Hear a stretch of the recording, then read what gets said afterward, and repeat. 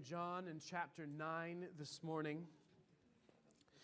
If you remember, if you were here last week, we're taking 3 weeks over Easter to look at this idea of 3D gospel, a gospel which is three-dimensional.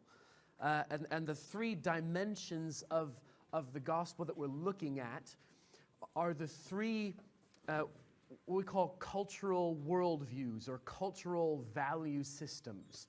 So there's three big cultural value systems that missiologists, missionaries talk about.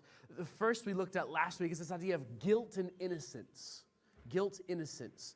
And which underpins a lot of Western society. The second one we're going to look at today is this idea of honor and shame, which we find in a lot of Eastern, Middle Eastern and Eastern places, cultures. And then the third, which we'll look at next week on Easter Sunday, is fear and power. I love fear and power. If you were here during lockdown, the government wielded fear to get us to stay inside. Shame to some extent as well, but fear to make us stay inside. Yeah? So we'll look at fear, power next week. We find that more in Africa, in animistic cultures, that kind of thing. But every culture is some mixture of all 3. So we've got all 3 in our culture here in England, and in the big sense, but perhaps in Europe, we've got lots of people from different places, different backgrounds. Perhaps in your culture, in your tribe, in a sense, within England, you find one is more prevalent than the other. That's true of every culture. It's a mix of all 3, but one is more prevalent than the other. And we believe that the gospel, Jesus, speaks to, has the answers for all 3, if that makes sense. And so this week we're going to look at this idea of honor, shame. We're looking at 3 encounters with Jesus in the Gospel of John. Last week we looked at the woman who was caught in adultery and her encounter with Jesus, and the Pharisees were trying to condemn her. This week we're going to look at Jesus who heals a man born blind, and the next week we'll look at Lazarus. If you're not from a culture where honor, shame is the prevailing cultural value, some of you are and some of you aren't. But you find one of the places that I've come across this, and it always intrigues me, that you come across the clash between a guilt-innocence culture and an honor-shame culture is in police dramas. My wife and I were watching one last night, and they had the suspect in the interrogation room, and he happened to be a young man who was caught up in gang activity. And they were trying to get him to give up his brothers in the gang. And they said, "We just want you to do what's right." That's guilt innocence. Do the right thing in the eyes of the law. And he said, "You don't know what you're asking me to do. You're asking me to betray my brothers." That's honor shame. Honor shame, the highest value is relationship in honor shame. In guilt innocence, the highest thing, the truest thing is the law. What's right and wrong in the eyes of the law. Guilt innocence is what's right and wrong in terms of relationship. So we actually have elements of that in wider, broader English culture, if you will. We have this idea of keeping up appearances. That's an honor-shame thing. Saving face. I don't want to be ashamed in front of society and sort of the culture. We're particularly good in England at indirect communication. Yeah, we don't actually say what we mean, particularly in areas where we might cause offense, where we might. Have you ever had a difficult conversation and you sort of beat around the bush and then you tiptoe around it and then you finally have to actually say it and then quickly follow it up with something that's really positive? You ever had those kind of conversations? Children, parents, colleagues. Yeah? We're indirect in this culture because actually we don't want to shame someone. We don't want to stop them from keeping up appearances. We actually have some honor shame in our culture. And Jesus speaks to that. If we think about, if we compare just briefly with guilt innocence, in the Bible we find that in this idea of God gives the law to the people, but then later on he says, "I'm going to write my law on your hearts." He's going to make us keep the law because we want to, not because we have to or because we're trying to do it on our own strength. But the picture of honor-shame in the Bible is slightly different. It's the picture of covenant relationship, the picture of marriage.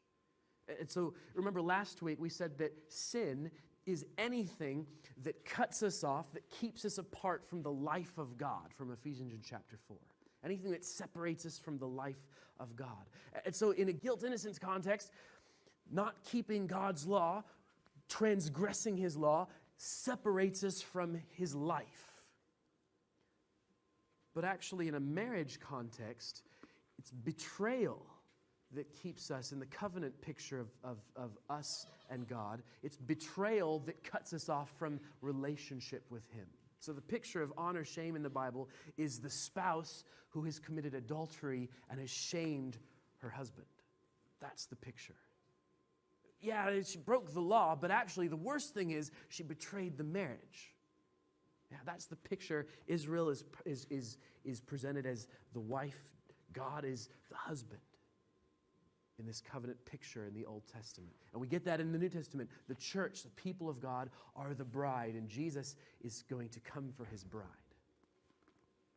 That's the picture of honor, shame. And so the blind man this morning in John chapter 9 teaches us that Jesus can transform all of our shame into honor and glory. Honor and glory for us and for him. Yeah? So we're going to read this story.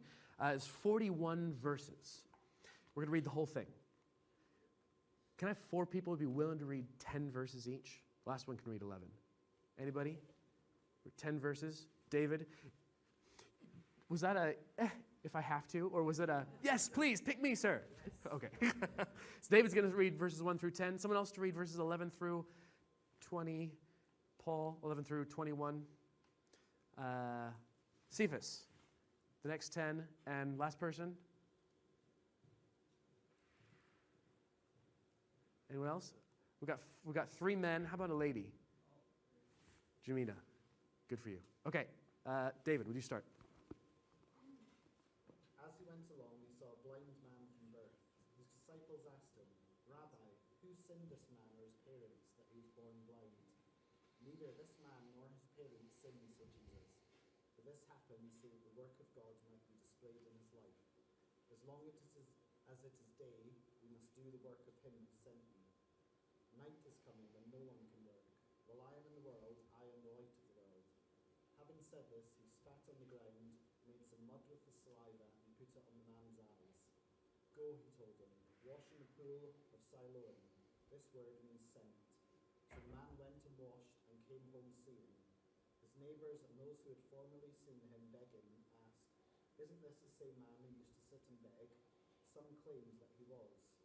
Others said, "No, he only looks like him." But he himself insisted, "I am the man."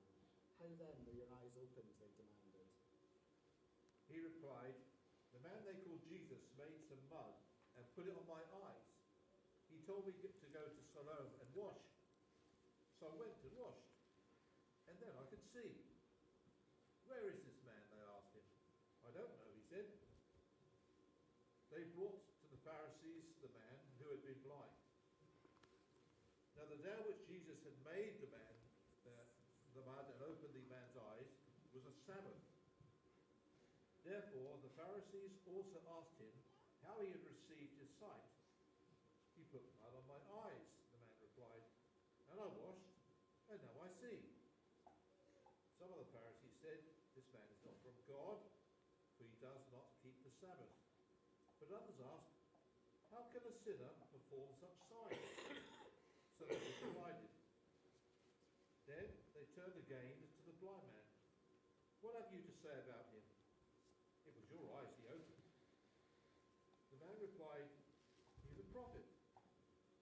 They still did not believe that he had been blind and had received his sight until they sent for the man's parents. "Is this your son?" they asked. "Is this the one you say was born blind? How is it that he now can see?" "We know he is our son," the parents answered, "and we know he was born blind. But how can we see, but how can he see now, or who opened his eyes, you don't know. Ask him. He is of age, he will speak for himself. Cephas, verse 22. His parents said these things because they feared the Jews, for the Jews had agreed already that if anyone confessed that he was Christ, he would be put out of the synagogue. Therefore his parents said, he is of age, ask him. So they again called the man who was blind and said to him, give God the glory. We know that this man is a sinner. He answered and said, whether he is a sinner or not, I do not know. One thing I know, that though I was blind, now I see. Then they said to him again, what did he do to you? How did he open your eyes? He answered them, I told you already, and you did not listen. Why do you want to hear it again? Do you also want to become his disciples? Then they reviled him and said, you are his disciple, and we are Moses, his disciples. We know that God spoke to Moses. As for this fellow, we do not know where he is from.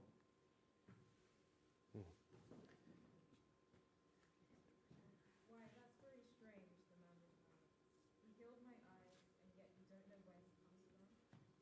You know that God doesn't listen to sinners, but he is ready to hear those who worship him and believe in God. Ever since the world began, no one has been able to open the eyes of someone born blind. If this man were not from God, he couldn't have done it. You were born a total sinner, they answered. Are you trying to teach us? And they threw him out of the synagogue. When Jesus heard what had happened, he found the man and asked, do you believe in the Son of Man? The man answered, who is he, sir? I want to believe in him. You have seen him, Jesus said, and he is speaking to you. Yes, Lord, I believe, the man said, and he worshipped Jesus. Then Jesus told him, I entered this world to render judgment, to give sight to the blind, and to show those who think they see that they are blind. Some Pharisees who were standing nearby heard him and asked, are you saying we're blind?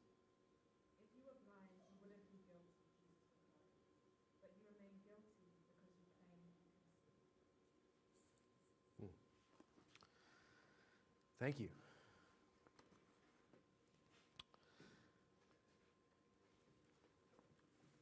So if you've noticed, if you followed the arc of the story, Jesus approaches a blind man, heals him, and then Jesus disappears for the bulk of the story, and he comes in again right at the end after the blind man has been cast out of the synagogue.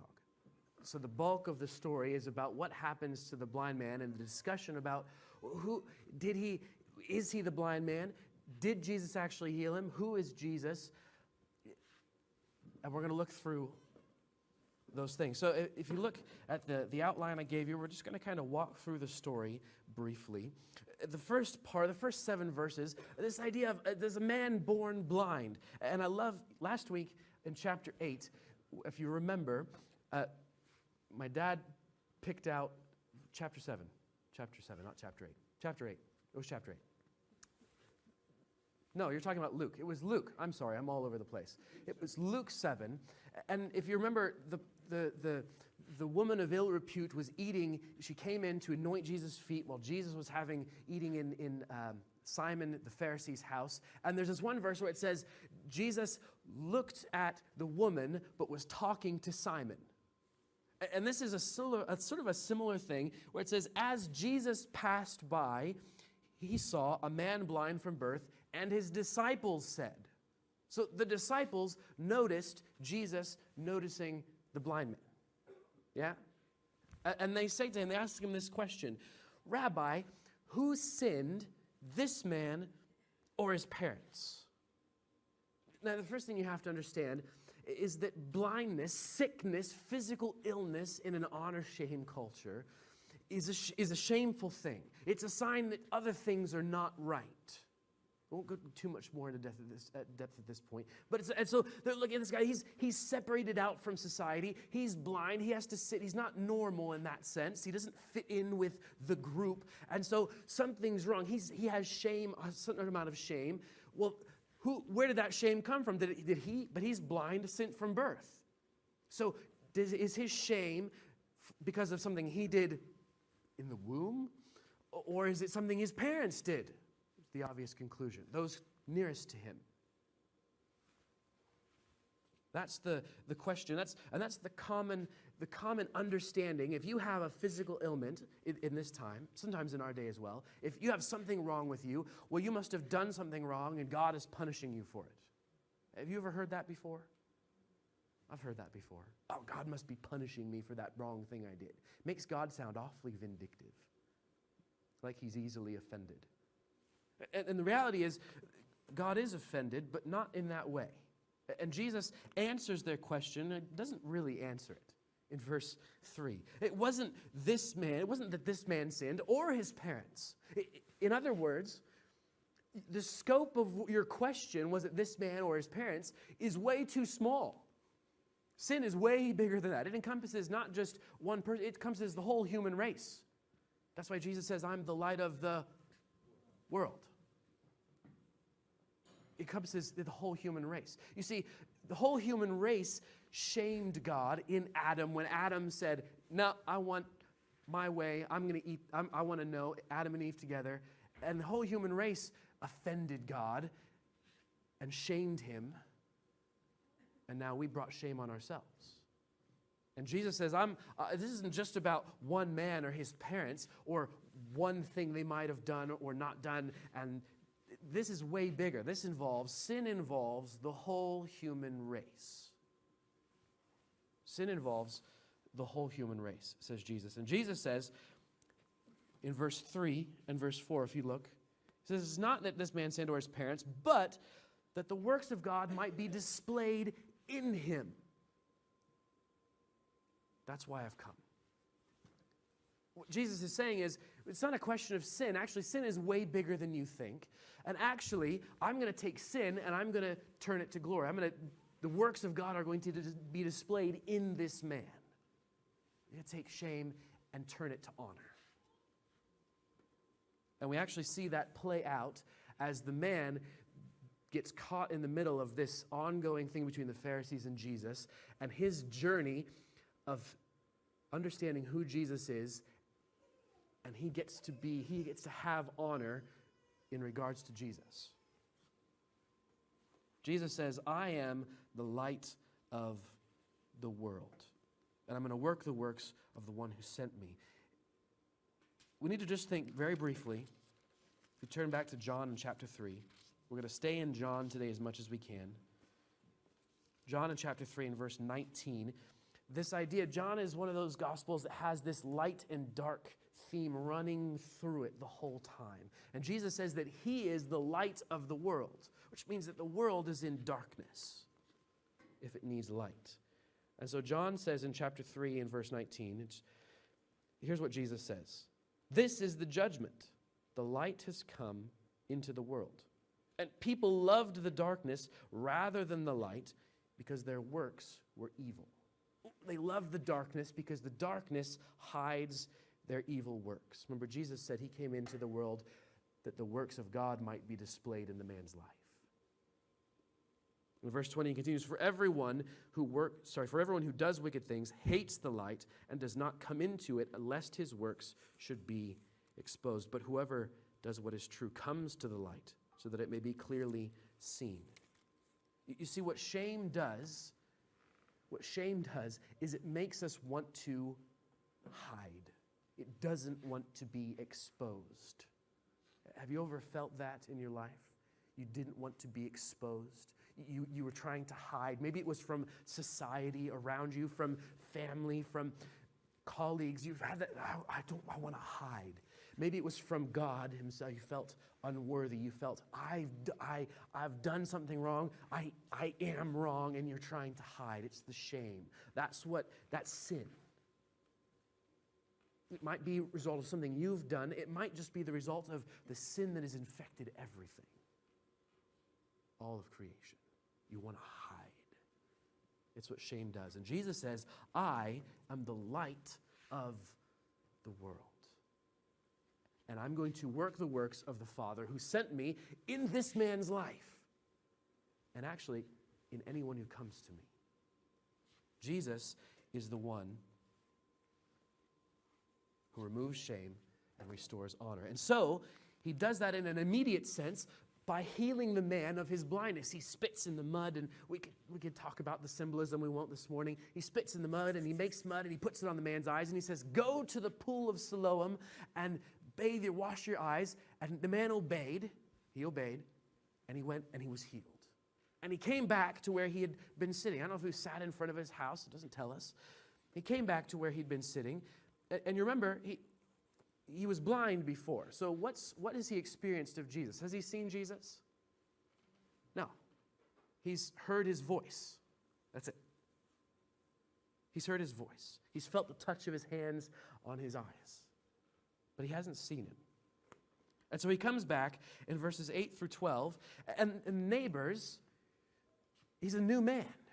I don't know, sometimes when Jesus transforms you, when he heals you, your countenance looks different. Perhaps he was just out of context. We're used to seeing someone on the side of the road, and you've never seen them anywhere else, and all of a sudden they're standing, and they don't have that. When you're blind, your eyes don't move.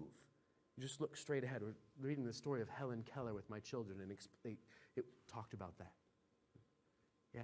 You see him, you go, is he the same guy?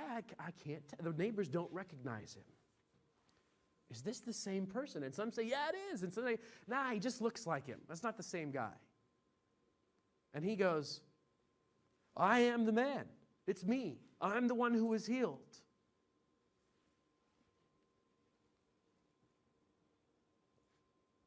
Have you ever had Jesus do something in your life and people around you, maybe it was when you first became a Christian, and people around you go, what? You're like a different person now, man. Who are you? You're not fun anymore. Talking to a guy this week who's following Jesus a little bit, and he's struggling with friends going, don't be boring. And he's going, it's not boring, actually. Neighbors didn't recognize the man. And so they said, well, what happened to you? If you're him, what happened?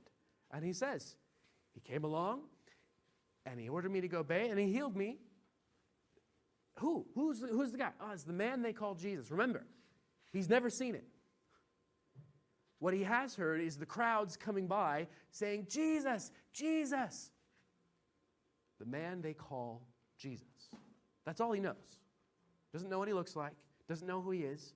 He knows that he's the man they call Jesus. Well, where'd he go? Well, he didn't see where he went. Doesn't know what he looks like. I don't know, he says. All he knows is what he's heard about Jesus, that he's called Jesus, and he knows the sound of his voice. Do you know the sound of Jesus' voice? Do you know the sound of his voice? When he whispers to your heart. Maybe he shouts through the pain. That's what C.S. Lewis says. When he whispers to our hearts. As you've read your Bible this last week, as you've prayed, maybe you're driving to work or walking somewhere, praying, listening to music, and you heard the whisper of his voice in your heart. Have you heard his voice recently? Sometimes we have, in our culture, in our society today, we've got lots of different voices. Voices from our phones, social media, voices of the news anchors and the pundits and this and that and the other, and lots of voices. And then there's your own voices in your head. Do you recognize the voice of Jesus? One of the best ways, one of the reasons that practically say, hey, you should read your Bible regularly. It's because this is the undiluted voice of Jesus right here. And the more this gets stuck in your heart and in your head, the more when you have random thoughts go through, you go, oh, that's from Jesus. No, that one's not from Jesus. Because you know what his voice sounds like. Because you've heard it. Yeah? Do you know what the voice of Jesus sounds like? The blind man does, even if he doesn't know a lot else. Can I tell you something this morning? recognizing the voice of Jesus is a lot more valuable than having all kinds of knowledge, all kinds of theology, all kinds of... If you recognize the voice of Jesus, he's going to talk to you. Don't get me wrong. So the understanding and theology and knowledge and intellectual stuff, those aren't bad things.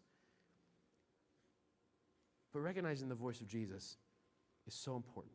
And we'll see why in a second. So the neighbors don't recognize him. They say, "Where'd he go?" And the blind man says, "Well, I don't know." So they take him to the Pharisees, the religious leaders, the authorities, the religious authorities, the Pharisees. They take him there because they're not quite sure what to make of all this, and they don't want to get it wrong. Not necessarily bad motives. Just, this is what they do. So they take him to the Pharisees. And then John gives us a little detail.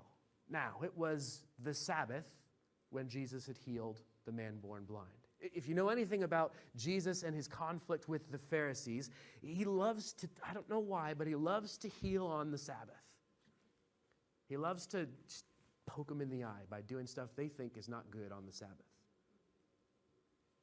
You see, what the Pharisees had, the Sabbath was something that God had given to Israel in the Old Testament. Keep the Sabbath. It's a day of rest. And what the Pharisees had done over time is add all of this oral law that had the same importance as what God had originally given.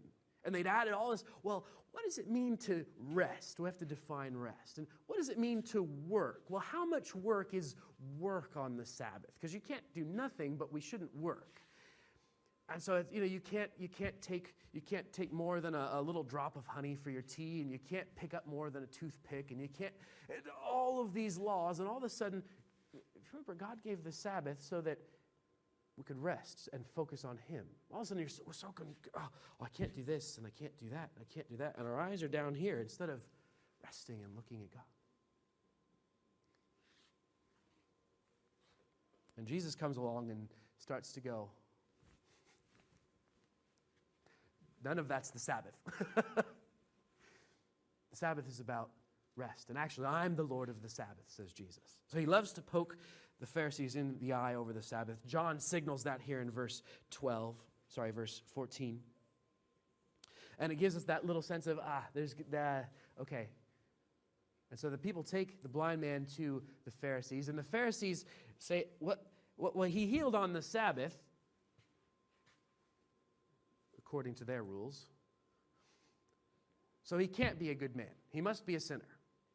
And some other guys say, well, but how could someone who is a sinner do such a good thing as healing a man born blind from birth? You see, the Pharisees are threatened because Jesus is attacking them. He's attacking the Sabbath, but they're the ones behind all of these laws. If you will, it's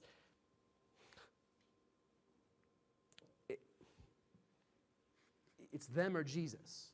If they admit that Jesus is a good man and that he healed on the Sabbath, well, that means that actually all of their stuff they've piled on top of God's original law about resting on the Sabbath, all of that stuff is wrong, and that's shameful. This is about pride. This is about status, reputation. Jesus is attacking that. They're threatened. And so they can't come to terms. Well, one side's going, he's a sinner, he healed on the Sabbath. And they'll go, and there's division there. And in the end, they come together against Jesus. But they convolute their logic. They're not willing to answer their own questions. The question of, well, how can he heal? How can he be evil, sinner, if he healed, if he did something amazing? That's a good question. How indeed? But they don't want to answer that one. Have you ever resorted to convoluted logic, reasoning in your head because you're trying to hide from Jesus? Maybe you've got a friend. Maybe this was you. Maybe this is you right now, that Jesus is calling you out of whatever lifestyle you're in, and you're going, you've rationalized it and you've self-justified and because actually I don't want to admit that Jesus is calling me. Maybe you're in that now. You've been following Jesus for a while, but you've got a thing that he wants to put his finger on, and you're going, yeah, and you can justify it, and you come to church and you sing happy worship songs, and you go away happy again, and you just sort of avoid the voice of God. You're hiding. It's shame. It's sin. And Jesus goes, I want to heal you of this if you'd let me. The Pharisees avoid the issue, and they come together against Jesus. And you notice as the blind man is standing in their midst, and they ask him again what happened, and he tells them what happened. But as he's listening to their conversation, it seems like he's come to an increasing place of clarity. And they ask him, well, who do you say about him since he healed you? And he says, well, I think he's a prophet. It went from the man they call Jesus to, I think he's a prophet. As something's going on in this man's heart. He's not only been healed of his physical blindness, but his spiritual eyes are starting to open as well. And so at this point, the Pharisees don't like what they're hearing. And in the next sort of section, verses 18 through 23, the Pharisees call on the man's parents. Well, if we don't like the answers to the questions we're asking, maybe if we can undermine and discredit the man himself, we can prove that he wasn't actually blind since birth, or he's not actually the man, then we're all clear. Because Jesus didn't actually heal anybody. So they call the man's parents. And they ask them two questions, maybe three, depending on how you read it. Is this your son, who you say was born blind? And how does he now see? Is this actually your son? Was he actually born blind? And how does he now see? And the parents answer truthfully to a point, but they're unwilling to answer the third question. You see, if you remember, in the community, they've already endured significant shame. Because remember the question the disciples asked at the beginning? Who sinned, this man or his parents? Sin by association. Well, if it wasn't the guy, his parents, well, they must not be good people either. We're better than them. Yeah?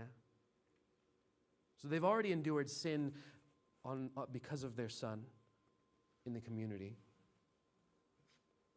And so they answer the first two questions truthfully, but they distance themselves from him on the third. He is of age. It means he's at least 13. He's of age. He's going to be responsible for himself. Ask him. We don't want to offend the religious authorities. We don't want to, and it actually tells us his parents said these things in verse 22. His parents said these things because they feared the Jews. That's the Pharisees, the religious authorities. For the Jews had already agreed that if anyone should confess Jesus to be Christ, he was to be put out of the synagogue. Yeah. So they're afraid of being put out of the synagogue.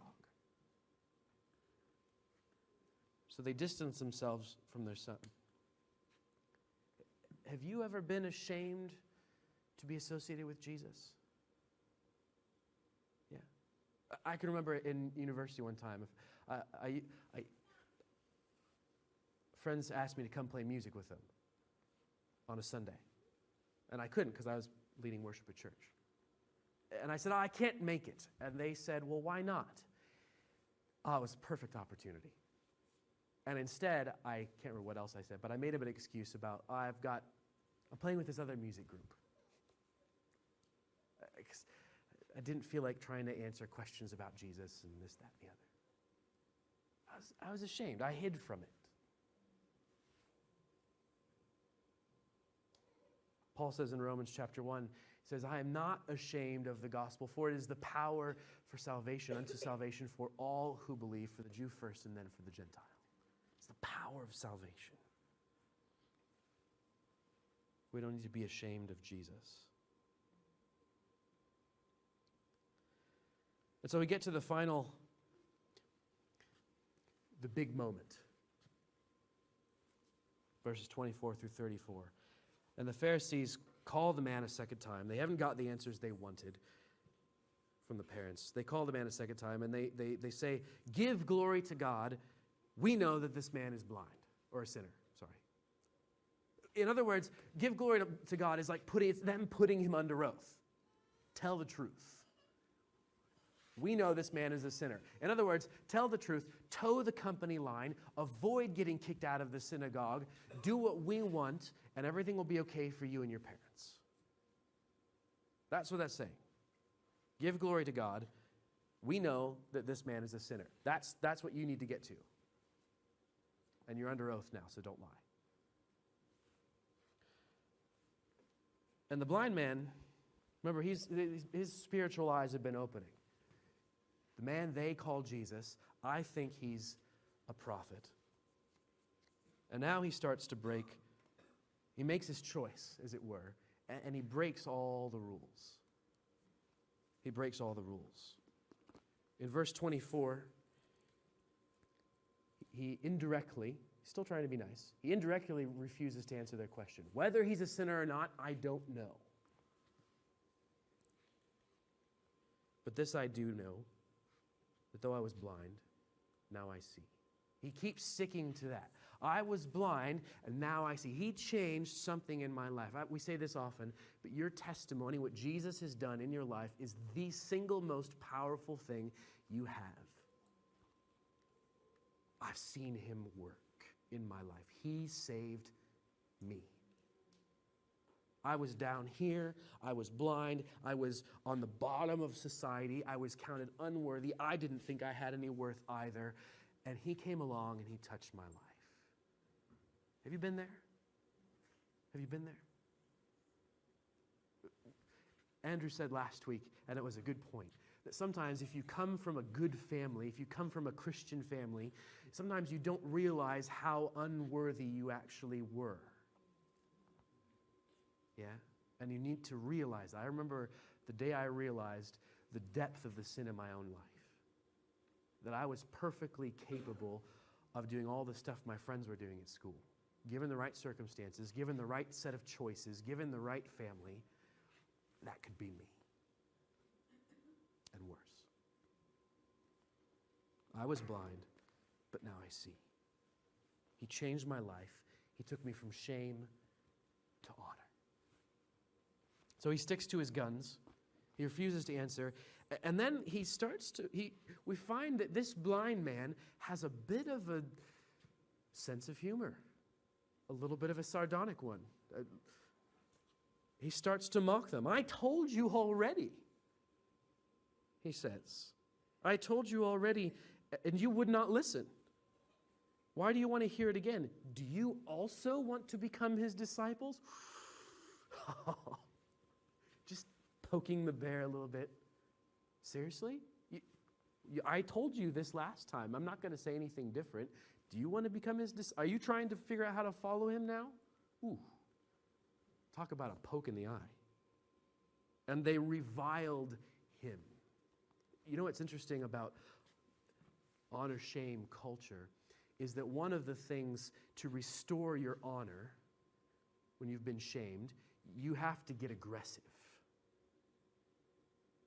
Sometimes people in the West look at that a little bit negatively. But in order to restore your honor, you have to come down hard on the person who shamed you.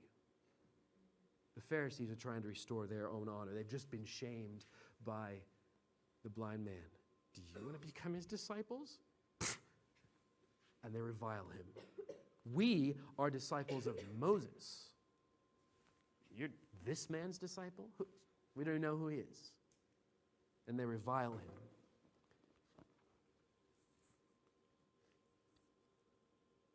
And the man answered. They said, they walk into their own trap because they say, we don't know where this man comes from. And he answers, and now he really drives a stake into the ground. He says, this is an amazing thing. How surprising. You don't know where he comes from, and yet he opened my eyes.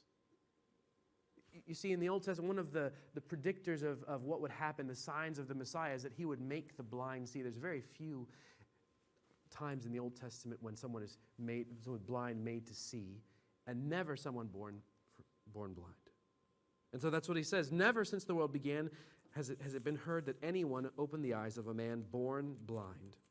this man were not from God, he could do nothing. You see, they asked the question, they started down that road. Well, how could he do such a good thing if he's a sinner? They asked the question, but they wouldn't open the door. The blind man flings the door wide open.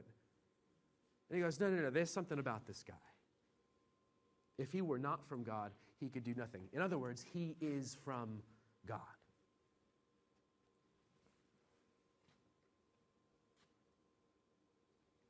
So he shames the religious authorities. He disobeys them. He refuses to come under their sway. He ends up giving them a good sock in the nose, metaphorically speaking. And verse 34 is where it ends.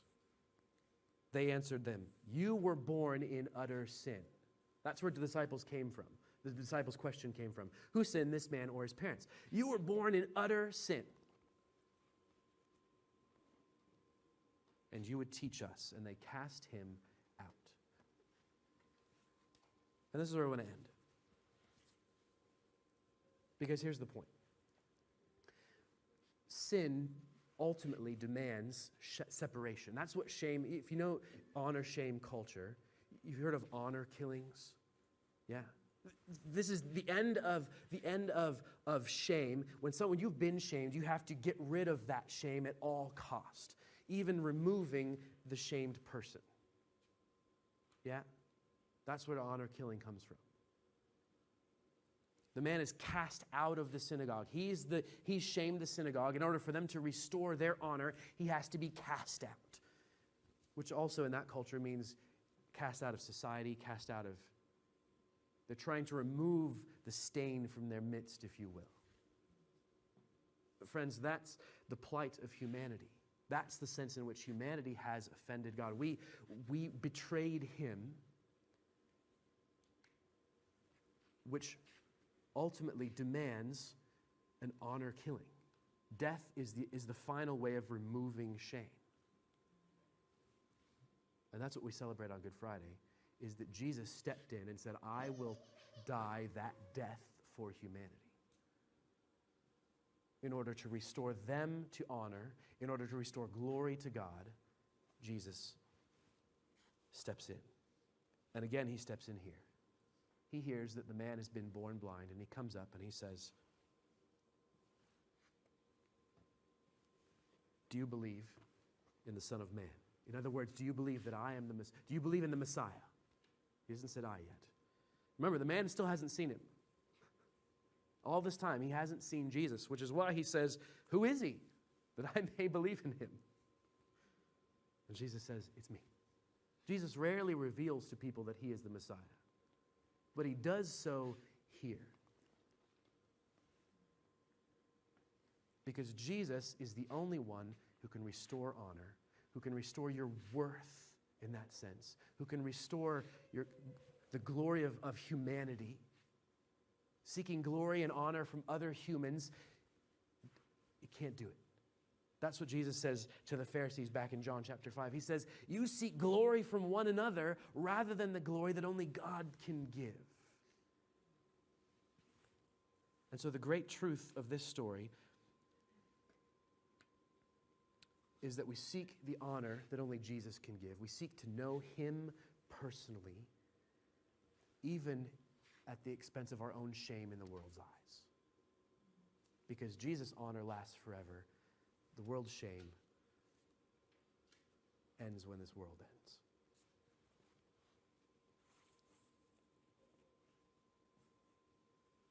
So we honor him.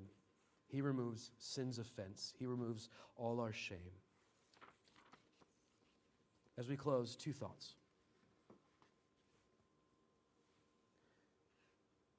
Honor-shame culture tries to make itself right with God in two big ways. We try and hide. Yeah?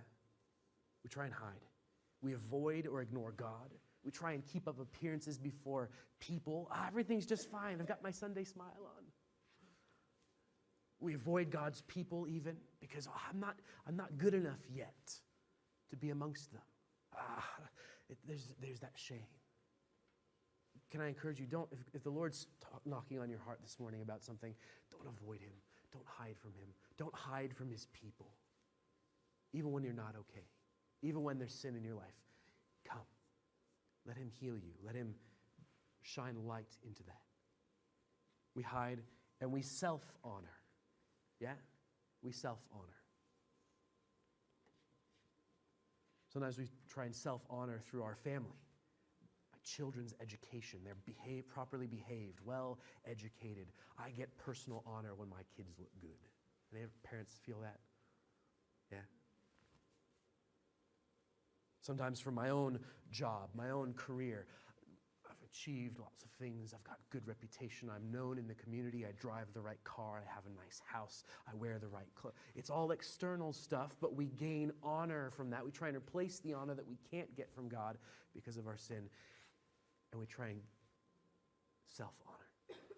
Reputation, seeing with the right people, driving the right cars. Legalism. Legalism cuts across all cultures. In a guilt-innocence culture, legalism is, I'm going to do enough thing and make God like me, accept me. In an honor-shame, legalism is, I'm going to look good before others because I keep all the rules. And lastly, we've been talking about evangelism. We talked about Saturday, we're going to be out in the streets. We live in a city with all of these cultural worldviews present. If you're speaking to someone who has an honor-shame background and you try to convince them that they're guilty of sin, it's going to go right over their heads. But if you show them how Jesus actually answers their shame and can restore them to true honor, you're going to get their hearts. And this is one of the reasons why we're talking through this stuff. Jesus is the one who makes us innocent, pure, holy, just before God. And he's the one who restores us to right relationship with God, adopted as his children. We were blind, now we see. We're not in shame any longer.